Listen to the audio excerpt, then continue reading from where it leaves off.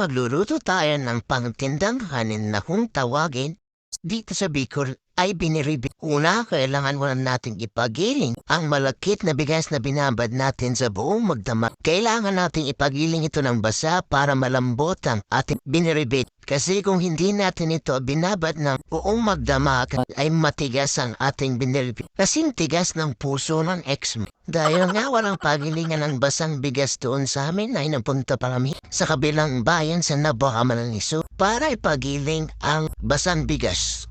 At nakarating nga kami sa Naboca Marine Sur at agad kaming nagtungo sa Nabo Public Market hanapin ang pagilingan nga ng basang malagkit na bigas. At sa haba-haba nga ng paghahanap namin ay natagpuan na namin ang pagilingan ng basang bigas. Buti pa nga yung pagilingan ng basang bigas natagpuan ko, pero yung forever ko hindi ko pa matagpuan. Ayan. Medyo nagiling ng ating basang bigas. Kaso medyo matagal, kaya nagdesisyon kami na kumain muna ng agahan dahil hindi pa kami nag-aagahan.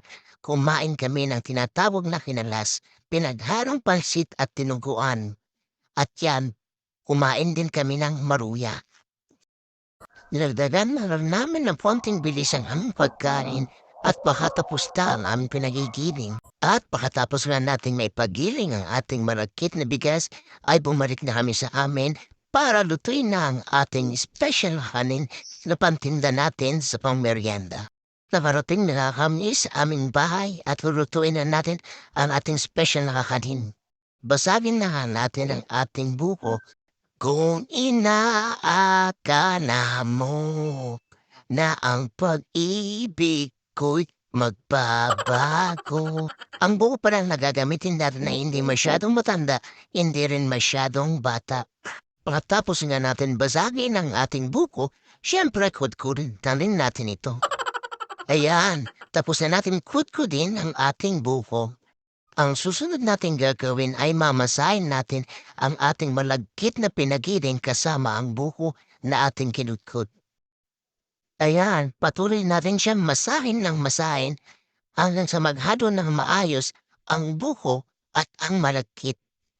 Ayan, ganito ang magiging itsura kapag natapos nating haluin ng maayos ang mga ingredients ng ating special na kakanin. Pagkatapos nating masahin ang ating special na kakanin at ang kanyang mga ingredients ay i-roll natin ito ng pahaba. Roll, roll, roll your boat. Ayan, roll naman. At kukurti natin tong number 8. Yan, at lalagay natin dyan. Kapag marami na tayong na-roll na number 8 sa ating special na kakanin ay magsasalang na tayo ng kawali para pituin ito. Siyempre, kung mapiprito ka, huwag mong kakalimutan na lagyan ng mantika ang kawali. Pagkatapos nga natin painitin ang ating mantika, ay piprituhin na natin ang ating special na kakanin. Pagkatapos natin isalang ang ating special na kakanin ay antayin na lang natin tong mag-golden brown. Pag golden brown na nga ang ating biniribit, ay hanguin na natin ito at ikukutin natin ito ng asukal. Sa pagkuhutid pala ng asukal sa ating biniripit ay kailangan mo munang maglagay ng kaunting tubig at syempre lagyan mo rin ng asukal. Ang tubig ay magsisilbing pantunaw ng nilagay natin na asukal. Matapos nga nating i-caramelize ang ating asukal ay isusunod nating ilaglag ang ating special na kakanin. Pagkatapos nga nating ilaglag ang ating biniripit ay haluin natin ito ng haluin para ma-distribute ng pare-parehas ang asukal sa ating mga biniripid. At nilagyan ko na rin ng sanitary paper ang basket na paglalagyan natin ng ating ititindang mga biniripid. Pagkatapos nga na rin i-coated ng asukal ang ating biniripid, ay ilalagay na natin ito sa ating basket at pwede na natin itong itinda.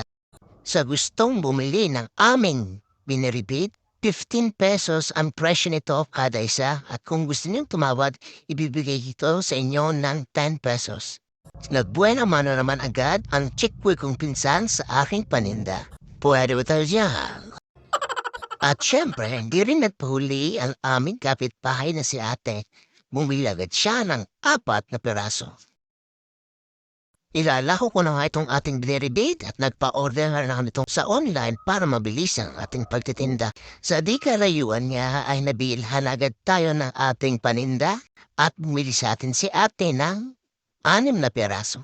Si ate naman ng brand, bisisa na siya kaso nung makita niya may camera ay napangiti siya.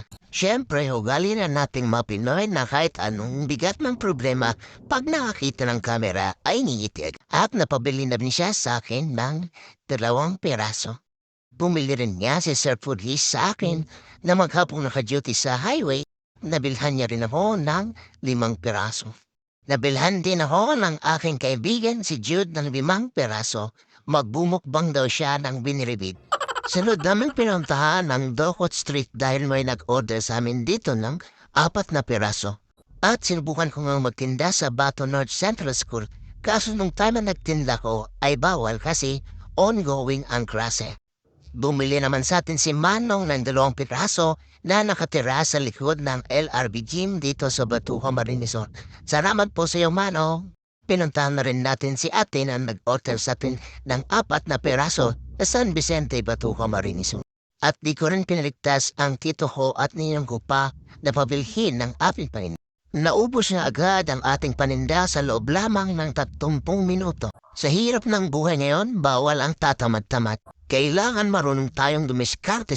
Sa loob nga ng 30 minutes ay kumita agad ako ng 360 pesos. Hindi na masama kasi kung nakuupo lang ako ay walang magbibigay sa akin ng 360 pesos. Huwag tayo puro papogi dahil sa mahal ng bigas ngayon. Hindi natin pwedeng pambili ng bigas ang kapugian. Pero hindi ka naman sinasabi na hindi ako pogi.